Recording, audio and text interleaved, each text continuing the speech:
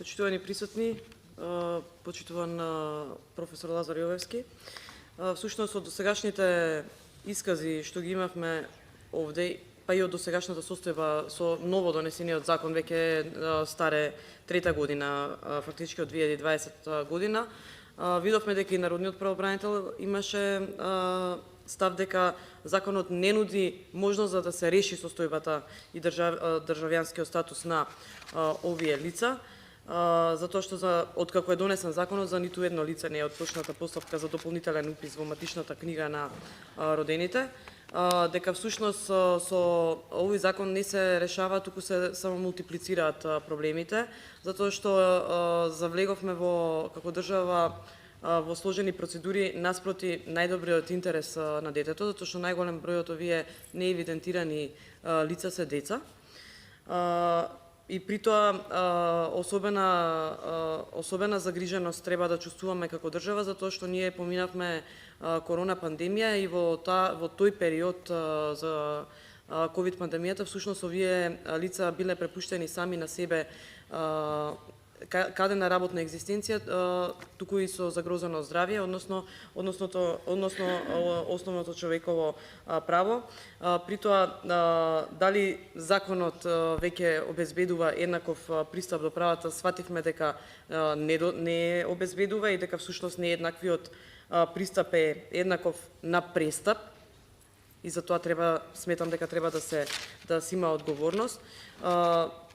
Тука имаше искази и поради неосогласеност на законите, дека всушност владата имала решеност за да се реши овој проблем, но јас би можела да дадам свое мислење дека освен решеноста, оваа влада ништо друго не направи,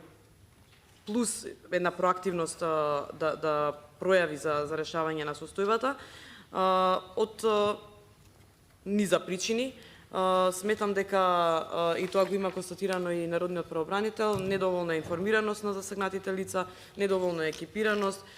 недоволна ангажираност на инволвираните и засегнатите институции што се во законот. Значи законот е нефункционален, иако е во склоп, како што слушнавме овдека, дека е во склоп со препораките на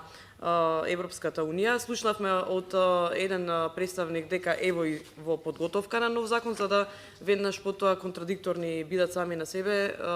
од министерот за внатрешни работи каже дека е изработен нов закон.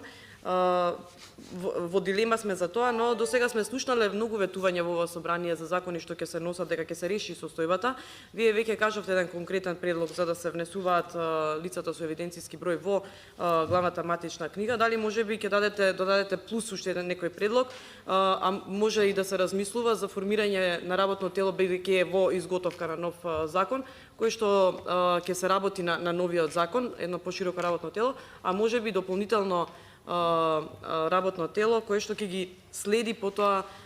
сите